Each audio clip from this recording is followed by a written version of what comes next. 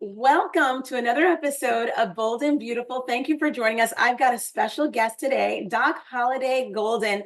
Got to tell you a little bit about Doc. We go way back. We'll talk about that in just a few minutes. But Doc Golden lives to inspire everyone around her. Raised by a single mom while her father was in prison, she took on a parenting role at age 10. The Golden family lived through extraordinary challenges, often not having enough food or heat on cold winter nights. Albeit tough challenges, Doc didn't allow these obstacles to crush her or prevent her from excelling in school and being an active, dedicated part of her community. Her excellence and determination led her to New York University on scholarship, where she graduated with a bachelor's degree in music education. She has shared pieces of her journey at schools, churches, orphanages, shelters all over the tri-state area, as in Colombia, Mexico, Argentina, India, the Netherlands, Scotland, Finland, Australia, Israel, Burundi, and Kenya. Doc, you've been all over the world. I have been blessed to see a few places, meet a few people. Okay, but we're not done yet. In 2015, Doc took on a new challenge to become a triathlete.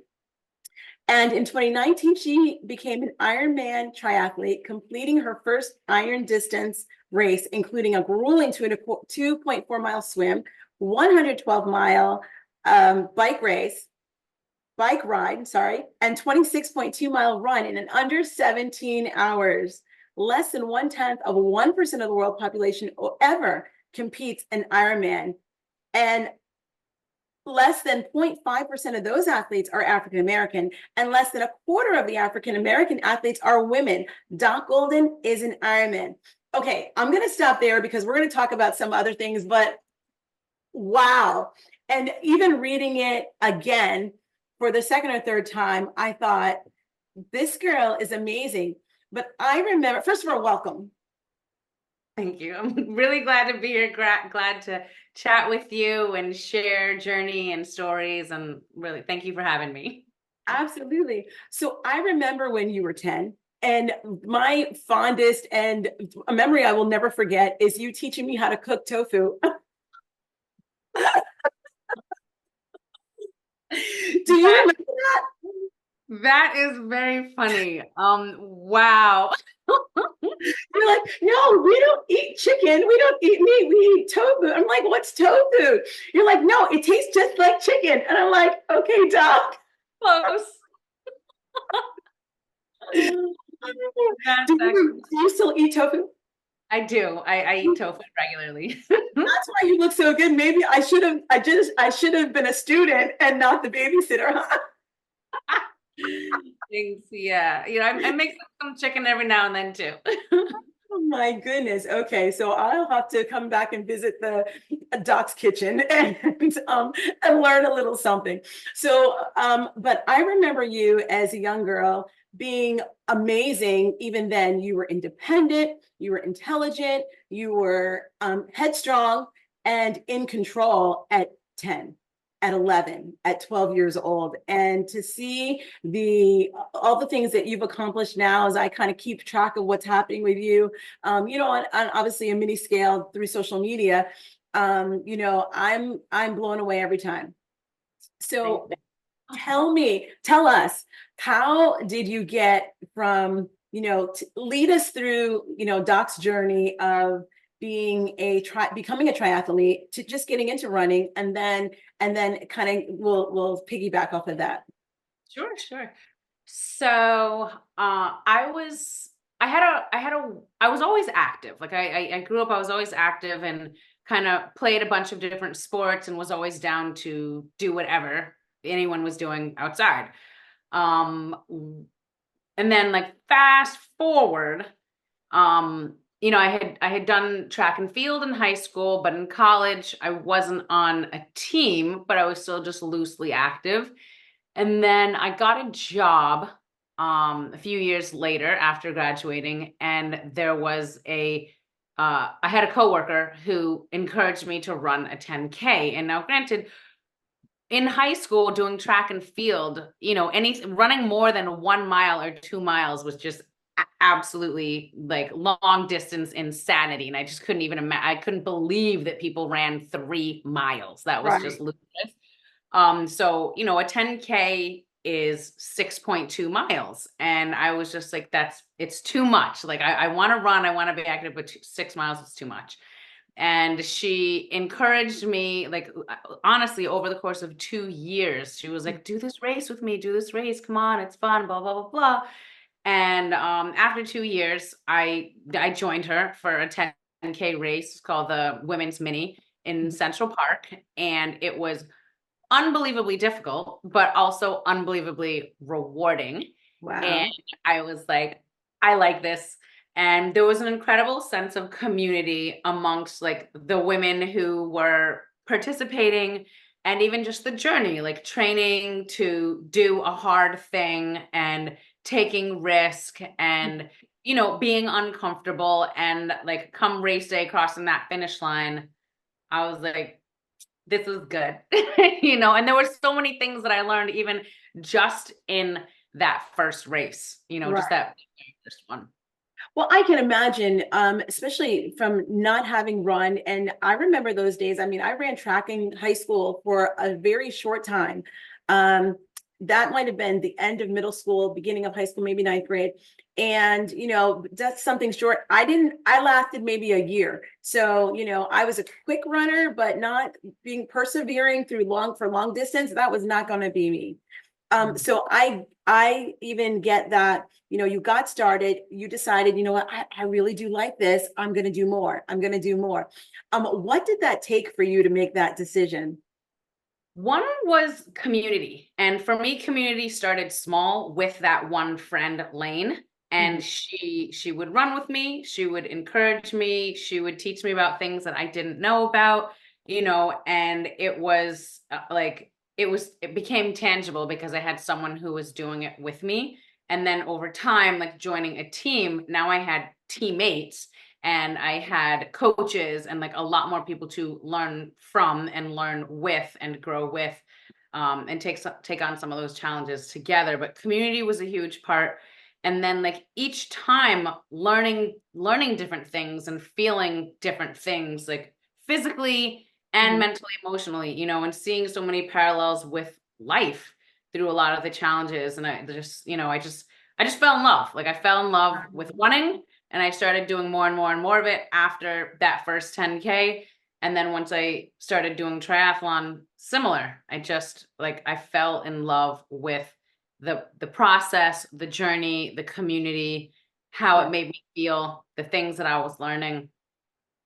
That's amazing. Okay, there was something that I saw in one of your posts, and I think this was right after the triathlon, and it was a picture that you posted, and just want to read really quickly what you said with this, and I will definitely put this up on the screen. Um, it says, this was June 9th, so this is more recently. It says, I remember being nervous swimming in the ocean years ago. Then I took lessons with Empire Tri Club coaches and was educated on how to swim safe, smart, and efficiently in open water. Now, one of the joys is my summer weekends is meeting with new triathletes and educating them on how to swim safe, smart, efficiently. Have fun in all the way and be all the way race ready. So I was looking at that and I thought, you had to overcome just the fear of being in that open water and swimming all those miles and pacing yourself. How do you overcome fear? One of the things that I like to highlight in my podcast is that, we are born to be bold, we're born to be beautiful, we're born to pursue the purpose that God has set out for us, and it's not always going to be easy. So how do we overcome that, the obstacles, the challenges, the fear? In this case, I think I would be like, somebody save me. Yes. And now I actually get to be that person, when someone is swimming and they're like, somebody save me. And I have to remind them I'm here with them and they are Yeah. okay. Yeah. And that's a great question. And there are several pieces to it. Again, one of the main ones for me was having people there. I mean, when I did my first open water swim in the ocean after swimming and getting comfortable in the pool, I was very nervous. It's an actual completely different universe, like being in the ocean. And you Right. can't see always clearly in the water, and the currents are different, and sometimes there's sea life or there's seaweed and there's people very close to you, all kinds of things. But one thing for me was the reassurance of someone who had gone before me, knew Mhm. what they were doing, and they could reassure me that I am safe and it's okay, and Right. remind me to breathe, and to metaphorically hold my hand and go with me step by step and Wow. walk me through things. And it wasn't like I was being thrown off the deep end or thrown out to sea, but that someone who knew more was there with me to walk me through it. And again, like, just everything in my sport reminds me of life, the physical, the Yeah. spiritual, every aspect of life. And I'm just like, if someone can be there who's gone before you through any adversity, you know what I mean? Like, whether it's loss of a loved one Mhm. or it's having a child for the first time, like, there's so many, like, there are new things that are scary. But if someone who's been down that road before is there Right. to reassure you and walk with you through it, that's a lot more comforting. Also, reminding myself not to look at too much at once. Mhm. For instance, a lot of people hear about Ironman races and they're like 140.6 miles. How are you going for 140 miles? How is that Right. possible? And you just can't always think of it as 140 miles. You have to think about it as one step at a time, one Wow. stroke at a time, just one at a time, one movement at a time. And with the open water swimming, that was it. I came out the first time. I was really nervous. I was scared. I didn't know anything, but I was willing to try, and I trusted the people who were there to teach me. And so then I came a second time, a little bit more confident the second time, a Mhm. little bit more confident the third time, can swim a little bit farther each time, can swim a little bit longer, building my confidence from my own experience, Mhm. and also having it, like, given back to me by the coaches, who are seeing me develop. And so that those two things really helped. You bring about it. Oh, go ahead. Yeah, no, that's it. I was just gonna say the consistency and having someone there to lead me. To lead you. I love how you pointed out these were principles that you adopted, in every aspect of your life, just from socially, spiritually, physically. And that's really, so true. When we walk from point A, when we see where we want to go, it doesn't all happen at once. And we Right. like to have that mentality of, oh, I'm going there and I'm going to get there, drive through style. And that's not realistic. Right. Every challenge and really every goal that we look at or that we pursue is going to take time, and it's going to take a process and perseverance. I started swimming as I needed to, coming into this different stage of my life of, my kids are older. I'm hit my 50s. I'm well into my 50s now, and realizing that, okay, I can't, I'm not going to run unless somebody's chasing me. Okay. I'm not running. Um, but I've got to figure out how to work out, the best my body will allow me to, and still be fit. So I'd gone to the doctor recently. She said, Key, you got to swim. I'm like, swim? What? Okay. But I'm seeing, and so your posts, I have to say, encourage me. They are so inspiring because I'm like, look at Doc. Doc is tackling the whole world. She's got bicycling, she's got the water, she's killing it on the track and all over the world. I can swim the length of my pool and back a couple times. So I appreciate that. That's where it starts, though. When right when in 2015, when I joined Empire Dry Club, I could swim across the pool and back. Mhm.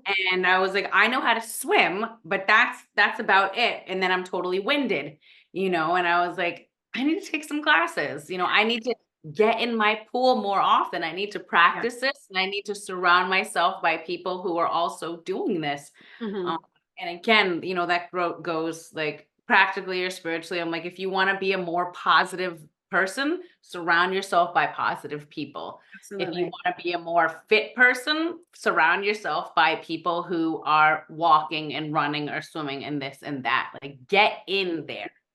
Get And in that zone. I love that. What an awesome point. I love that. And there's different stages of life too. So, when you were young, you went to school for music education. What was your goal at that point? What were you thinking? you know, at that point, I mean, the obvious answer is like, oh, I was thinking about being a music teacher, and that's true. But I also knew that I didn't have to decide the rest of my life in college. Like, Hmm. even if I chose my major, I was like, this is something that I'm interested in. This is something that I'm passionate about. This is something that I would like to concentrate the next 4 year season of my life, dedicating to learning this. Hmm. And I knew that there was a good possibility that I may teach music in schools or universities or what have you. But I also knew that it was okay if I didn't want to do that, and I could Right. enjoy the learning that I was experiencing, enjoy my peers, enjoy, you know what I mean? Like just that moment in that season, whether Mhm. or not I was going to be a music teacher for the Wow. rest of my Okay. life. So then transition from that. No, that totally makes sense. I think I teach high school students. So I think the last time I spoke with you, I've been teaching this will be my 25th year teaching. And 25th. 25th, yeah, 25 years. I feel like that should mean something, right? Is that gold or silver? Amazing. I Yes. don't know. But I wasn't planning on teaching. That was not my that was not my plan. I love it. And I'm glad, that was what God had for me, even though I couldn't see it.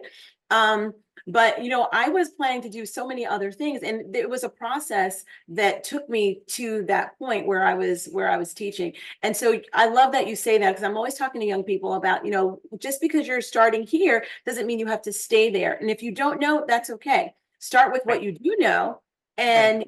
and and your gift will make room for you. It will find you, and you will find your zone or your niche or your whatever it is that you're supposed to be doing, and you'll find that love, if you're entrenched in the middle of it. So I appreciate that. So okay, so now when did you start running? And I think my husband reminded me the other day that he had met up with you when he was in the city, right? And you were talking, and he was running at that time, and he was saying, "I would love to do the marathon in New York City." And he reminded me of this the other day. And I think you were saying, "Well, I've been thinking about getting into running." Oh, I didn't realize it was that long ago. Wow. Yeah, that was, oh goodness, when was that? That was It a long time ago. was a long That time was, ago. yeah. You're right. I do. I remember those times, and yeah, that was great. Yeah. So how long have you been running? How long has it been that you've gotten serious about it? Because, everything I see that you're doing is surrounded by this whole community. And I love that you are clearly doing what you love. You're clearly surrounded by, like you said, a community that embraces this aspect of your journey in life. And it looks rewarding. I'm assuming that it is rewarding, because you visibly look like you're being rewarded, like this is the most fun you've had in your lifetime. Yes. Yeah. Okay. So I'm gonna switch your question to how long have I been distance running? Because I did, Okay. like, ran in high school, and then there was probably after I graduated high school, I didn't start distance running until I was 33. Hmm. So there's a big gap there. Yeah. Wow. And You are um not 33. You are not in your 30s. I Yes, you would be. definitely was. Isn't that crazy? Well, you look amazing. You look like you're still in your 20s. So, and clearly you're running across the world, and doing all these amazing feats. Your body is still young. So that's awesome. Yeah. So I started when uh, I did that first 10K. I think I was that 33 that year? The thing, You get all the medals. And my Oh, medals are in chronological order, so that's why I was awesome. looking over there to see when That's was great. that first one. It was 2010. The Wow. first race was 2010. 14 years ago. Um, and then yeah, so that is wow, incredible. That was 14 years ago. Yeah. And then I did my first marathon. I feel like I kind of eased in, but I did my first marathon 2 years later. And so I Okay. think I was 33 that year. The first year, my first marathon was 33. Hmm. And then just really, really got deep into the Kool-Aid. And it's funny you mentioned you didn't necessarily intend to teach. Hmm. And here you are, and it's become your life, your love, I imagine somewhat of Yeah, a passion at this point, 25 years in. absolutely. I did not intend to coach. Mm. I I joined the running community and I was racing and being involved and loved it. And someone suggested to me, well, someone asked me to coach. They were like, "Will you coach the beginner triathlon program?" And I was like, "Oh, I just started. I only did this triathlon. It was only last year. I don't know. I'm not ready for such and such." And they basically explained to me, and this has been a critical part of my life, like on multiple times that this happened, is that I was invited to do something that I didn't feel ready for. You Hmm. know, do you want to help and coach the beginner program? And I was just like, but I'm not a professional and I don't know everything about it. And she was like, I'm not. And I was like, and I'm not super fast. And she's like, I'm not asking you to be super fast. I'm not asking you to be a professional. I'm not asking you to know everything about it. Hmm. You know a little bit more than the people who have never done it. Even if I had Wow. only 3 or 4, it Hmm. was more than the people who had never done it. Wow. And there's something special about being that close to having just done it for the first time. Mm-hmm. So I just started a little bit of coaching in 2016 Mm-hmm. and then started falling in love with that coaching side of it on the for some of the group workouts and the group runs or the group swims, the group long rides. And then I was like, okay, I am very into this and I Yeah. want to do it properly and I want to be certified and what have you. So the first run was 2010. First marathon was 2015. Oh, 2015. So there's 5 years. There was five Okay. years building to that first marathon. Uh-huh. And the next year I started coaching and that's 2016. And so since 2016, I have been coaching and fully in to Wow. so that's So now you're my love. currently coaching how many athletes? So I coach a club. There's a Empire. So I'm one of the coaches for Empire Tri Club, and we've got about 125, 128 people in Wow. our triathlon club. Hmm. And I'm one of several coaches who coaches Okay. different workouts for that group. And then I coach 13 athletes one-on-one that are training either for Ironman races or marathons. Many I have to say I specialize with first timers. I love working with beginners, That's beginner, awesome. either first time Ironman athletes or first time marathoners. I love to be on that journey. I love to hold the hand that needs a little bit of extra support and Right. share everything. Everything that I know is yours. I'm not holding anything back. Like if I'm working with you, you get my whole experience, the good, the bad, the ugly, the Right. things that I learned through blood, sweat, and tears, the Yeah. things that cost me money and time, and I love being a part of that journey with my athletes. Well, I tell you, the pictures that you're taking, I mean, you know that there's some ambiguity to what people post online, but I totally believe every picture that you take. I'm a believer. And it looks like the people that you're running with, that you're working with, are feel just as rewarded as you do. So I'm like, okay, I've got to have the conversation with Doc. You've got to be highlighted on my podcast because that's what this is all about. Being bold, being committed to what your area is, being committed and dedicated to what you do, and loving that and getting better at it and honing your skills, honing your talents, and then expanding it, because like you said, you weren't planning to coach. That was not on your radar, but you found something you love. And I love that advice your mentor gave you, that, you know what, something better, even if it's a little bit, a little bit more than they do, but isn't that like all of us? Okay, let's shift a little bit slightly and talk about challenges. What was your greatest challenge, or what was your hardest race?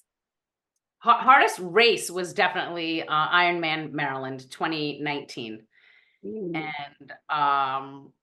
And what's interesting is that, again, because it's 140.6 miles, a 2.5 mile swim, 112 miles on the bike, and then a 26.2 mile marathon running, it's very easy for people to be overwhelmed by those numbers and the physical aspect of like, Right. wow, it's going to be so hard. That's going to be so hard. And a lot of times when people go into that, being like, this is going to be so long, this is going to be so hard, it's going to take everything I've got physically, there's not the proper concentration of energy, to the mental side. Mm-hmm. And I regularly share with my Ironman athletes that the mental challenge was much more difficult than the physical challenge. Like, it's hard to ride 100 miles on your bike, Right. but it's even harder to get yourself into, you know what I mean? Like, to get yourself Yeah. into To think, a okay, this is what I'm workout about to that, attempt right now. or to do something, like most triathletes have a part, either like a discipline that they love and Mm-hmm. a discipline that they love less. Mm. And for me at this point in my journey, and it's shifted some, but at this point in my journey, I can run all day and I can Mm-hmm. swim all day, Yeah. and I love them and they come pretty natural and I'm very comfortable. But the bike is such a struggle for me. So Wow. every time I got on my bike, it was a struggle, and I had to fight fear. I had to fight anxiety, from having accidents, being hit by a car, and like multiple Wow. like difficult things that happen, Mhm. and just reminding myself that I want this. Like, I sign up for this race, I'm going to train for this race, I'm going to do what it takes. And having to get back up after you've literally been knocked down by a car, Oh my you goodness. have to, like, mentally get into that. And it's also like the bike, like, not only was I dealing with like fear and anxiety on the bike, but I also just didn't enjoy it as much. You know what Right. I mean? Like, the actual, like, even if I wasn't stressed or anxious, I don't enjoy the riding movement as much as Mm-hmm. the running and the swimming With the movements. running and swimming. Got you. Um, So then so how do you not necessarily, I don't want to say psych yourself up, but what's the language that you use to say, okay, I'm doing this. This is getting done. I'm riding this bike 100 miles. How much is it again? well, for on race day, it's 112 miles. Yeah. Okay, 112 miles. Okay, what's your self-talk? Talk me through what you say to yourself to complete that and even to train for that. Sure. So again, and you're gonna be like, wow, the girl is like really serious about the community thing. I'm really serious about the community thing, and I'm not sorry. That's Um, great. a big part of getting through the training for the race, because I'm like, the race is the celebration. You Mhm. know what I mean? The Ironman is really the journey to race day, and then on race day, you do the thing, you get the medal, you get to celebrate. But it's the journey that Mhm. is really challenging. And I surrounded myself with community. I know I don't like to ride my bike. Mhm. So anytime that I had to ride 80, 90, 100, 110 miles, I called people and was like, let's do this together. I also didn't go into that race and sign up, and those those races are $1,000, by the way. So I didn't Wow. just pay my Okay. $1,000 and be like, oh, I'm going to do this. I paid my $1,000 and I was like, all right, who's doing this with me? So I Right. made sure that from day one, I Yes. had people to train with, and I had people to talk to on the days where it was 4 o'clock in the morning and I didn't want to go for a bike ride, Mhm. or I had people to talk to if I twisted my ankle and I had to miss a workout, and I was, you know what I mean? Like, I had people to talk to. So I made sure that I had people to ride with. Hmm. for safety, for encouragement, for security, for fun, to push myself more. And that helped me get through the training rides. Right. And then just getting into the rides and on race day, like reminding myself what it means to me Mm. and why I'm doing this, and that I believe in this. You know what I mean? Like I believe Right. in myself. I believe that I'm capable to, like, I see other people doing this that are not superheroes. And I'm like, if other people can do this, I can do this. Yes. And I reminded myself that I can. I reminded myself that I want it. I reminded myself that it's worth it, that it's a learning process and there's something to be learned in it. Like even on the hard days, like Hmm. there's something to be learned. And having the support of the people in my triathlon club, as well as like people in my office, like on race day, Ironman Maryland, I remember there were, over the course of the 112 miles, I there were 12 different, and I remember 12 because I counted Hmm. different times throughout that ride, which for me it was a 7.5 hour ride in between the swim and the run, that I started crying, for a variety of reasons. There were times when I started crying because I didn't know if I was going to make it, because it was just, the wind was heavy and the bike, it was just hard. And then there were times when I started crying because I would look at my watch and I would be like, I'm on track. I am going to make it. This is happening today. So I That's cry about great. that. And You're doing this. and having the support of, like, I had teammates out there, because when I said I got people to sign up, I got 15 teammates to sign Mhm. up with me. So they were Wow. all out there on the course too. And I knew I had their support on the course. Right. And I also had the support of my coworkers, you know what I Mhm. mean? Like friends from church, friends from my office who aren't athletes at all, but they've Uh-huh. been the whole journey. They've heard me talk about it. They see me come into work with wet hair and a Right. towel. Like they're the people who've been there and supported me and are cheering for me. There's a tracker so that you can track athletes and watch them go on the course throughout the whole race. And Right. that like 30 people were watching my little dot on the course. Oh, And that's awesome. I was like, dot can't stop. The dot can't stop. Right. You know? That's so encouraging. Okay, I'm going to Um, stop you there for just 1 second because that right. is so encouraging. And we underestimate sometimes the power of that community, of a community, whether, like you said, whether they're athletes or not, but just with you, like just saying, look, Doc, I got your back. I'm rooting for you. I'm praying for you. I want to see you succeed. This is awesome. And I think that sometimes people tend to stick to themselves. They kind of keep their, if I do well, I'll tell people about it. Or if I succeed, people will know when it happens. But you know what? Sometimes we just never even get there because Yeah. we are too ashamed or too afraid maybe to share the journey and say, guys, this is what I'm doing and I'm counting on you, Yeah. and not being afraid to say that because we need people. We Me need too. Me we too. need people. Now, we may not need everybody because Right. everybody won't walk with you, but there are some people that we all need people in our lives that say, I am walking with you. Yes. Absolutely. That's so powerful. That's so powerful. Okay. So great. Maryland 2019, triathlon 2019. So I've got to ask you, I've got to put up the picture for that, right? Because I'm not sure if I have the correct picture because you've done two triathlons, correct?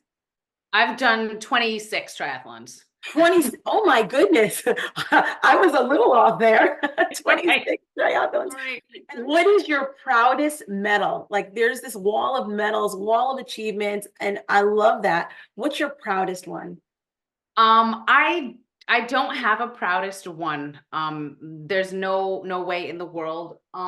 It's one of the reasons that I have it, and like there's lots of different feelings about medal displays or keeping medals and this and that. And I'm like, I am very proud of my medals and I'm very Should grateful be. because each one of my medals is a story and Yes. usually represents a relationship. When I Mm.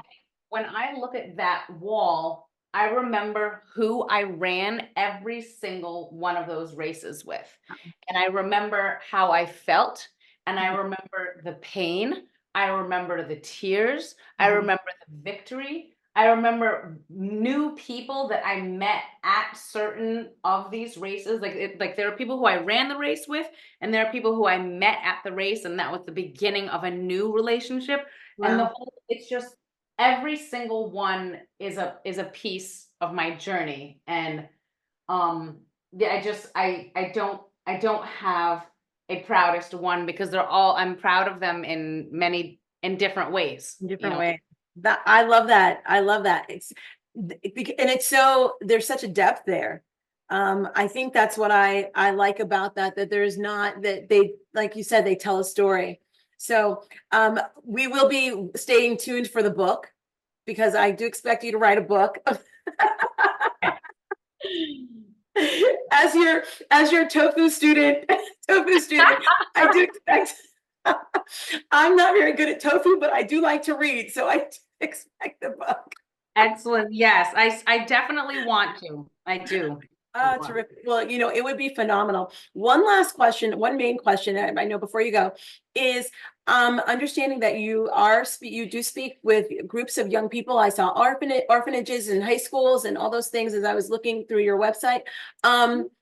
Tell me a little bit about that. What is it that you share? What's the main thing you want young people to know? The main thing and I'm really glad that you asked this. The main thing that I want people, not just young people, but Okay. people to know is simply that they can. Mhm. Kind of like you were saying, in terms of people keeping to themselves or not telling someone about something, or the fear or the shame or the this and the that. My experience doing Ironman Maryland, again, being one of very, very few brown people and one of very, very few women Mhm. on that course.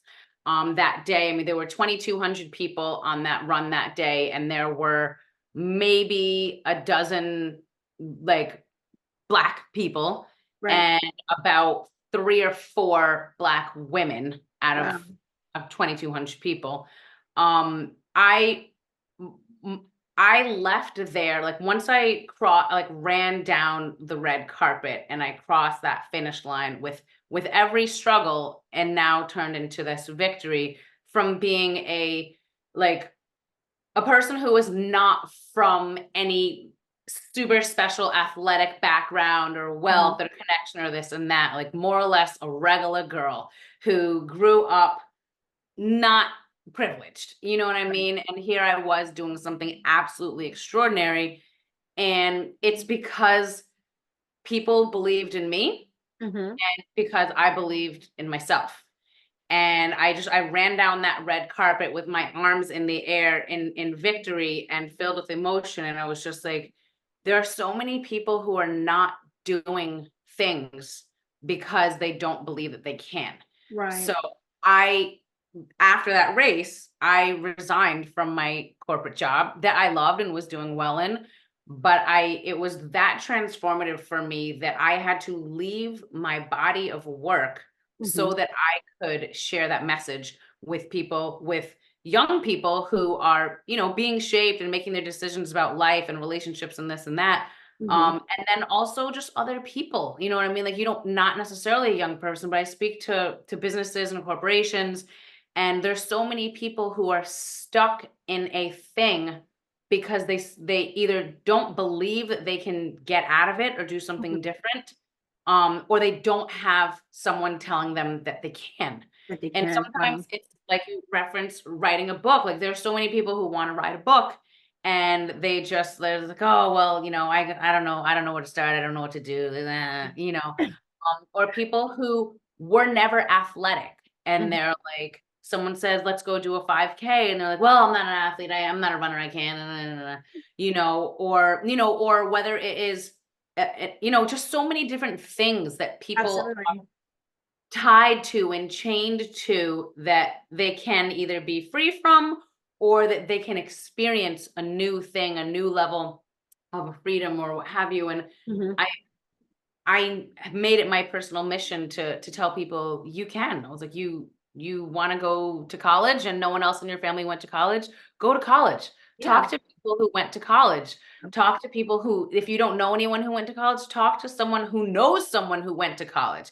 You know what I Right. mean? You want to write a book Start and walking in the right direction. you want to open a bakery and you don't know anything about anything, go into a bakery and talk to the person there. Mhm. You know what I mean? Like start somewhere, start the conversations, make one step. Same thing. Like I didn't just get out and ride 112 miles on that bike. I went out and I Right. rode 5, and then I rode 6, and then I rode 10, and then I rode 12, and just standing before people being like, whatever you want to do or whatever you feel called to, like he's talking about, the whole purpose of your podcast is people Mhm. being bold and beautiful and stepping into what God has called them. If you believe God called you to do something, start doing it. Just Right. start doing it. Like You're sometimes doing it. people wait for God to do it for them, and I'm like, Mhm. that's not going to be it. Like I didn't get where I'm at waiting for God to do it for me. I started Right. doing things and I prayed every step of the way that he would continue to lead me. Right. So just that's that. Just doing. And I love that because he's not going to run for you. He's not going to swim for you. He's going to say, he may open the door to say, oh, there's a pool, but he's not going to, he's not going to do strokes for you. He's not going to teach you those tips that you need to be successful. It definitely takes courage. It takes persistence, and it just takes, action steps, just putting one step in front of the other. And so Hey, like that's the been Bible saying. talks about just the littlest bit of faith. And I'm That's like, if you can just tell yourself, I can do this, or even I can try this, right. Ooh, that's if I good. have a little bit of faith and take a step into that, and then have a little bit more and take another step, and then you get a little bit and a little bit and a little bit, and Wow. you know it, you're going down the road. That's, that's awesome. And that sounds a little bit like how you were telling me to cut that tofu. I'm just saying, just you can do this, Kia. Come on. So That's I been feel like you've been a teacher all your life, since elementary school, and have been coaching everyone. I love that your family, that your siblings run with you sometimes. that is very I special. love that. I love seeing Monday night and Wallen, and that's just awesome. That's This is very awesome. special I don't know because that I've seen Loki though. Has I Loki? haven't gotten him into one yet, but he has 3 small children. Ooh, yeah. So I think, oh, hold on. Technically, one Thanksgiving during the like probably the second year of the pandemic, we Mhm. went outside, we made homemade race number bibs and pinned them to our thing, and we ran around the neighborhood together, and Loki was a part of it. So technically I have run with him, but he hasn't done an official race yet. But you will Okay. be seeing it. You There will. we go. Working on him. Exactly. Thank you for taking the time to just talk with me, talk with my audience.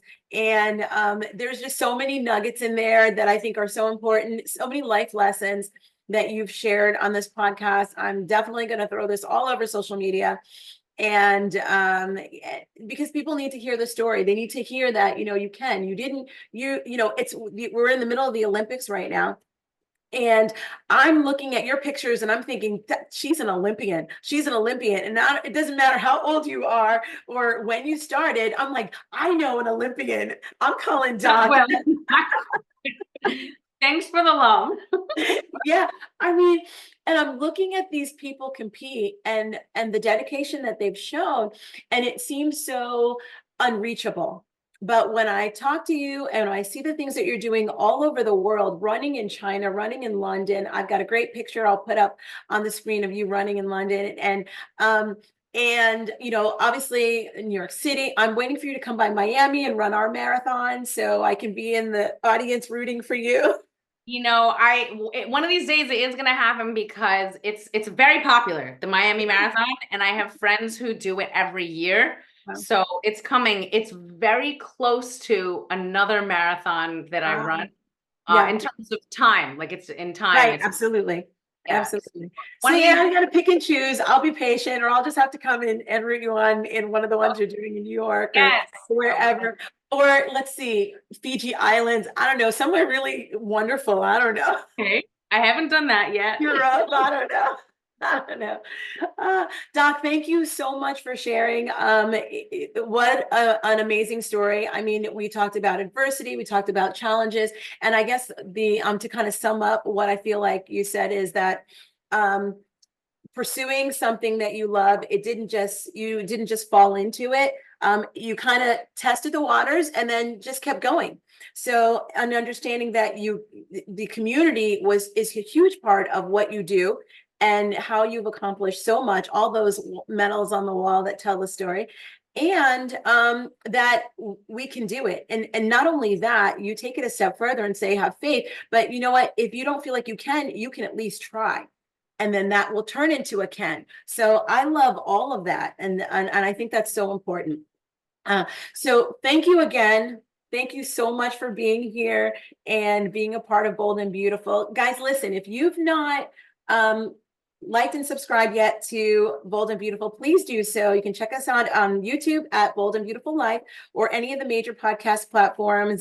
Definitely follow, like, subscribe, send, comment on this podcast, send Doc a note. You need some encouragement, some inspiration, a coaching tip. I don't know if she's taking new students or not, but any new students, whatever it is, we'll love to communicate with you on that.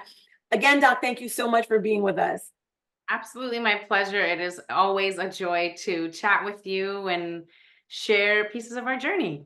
So Yeah. thank you.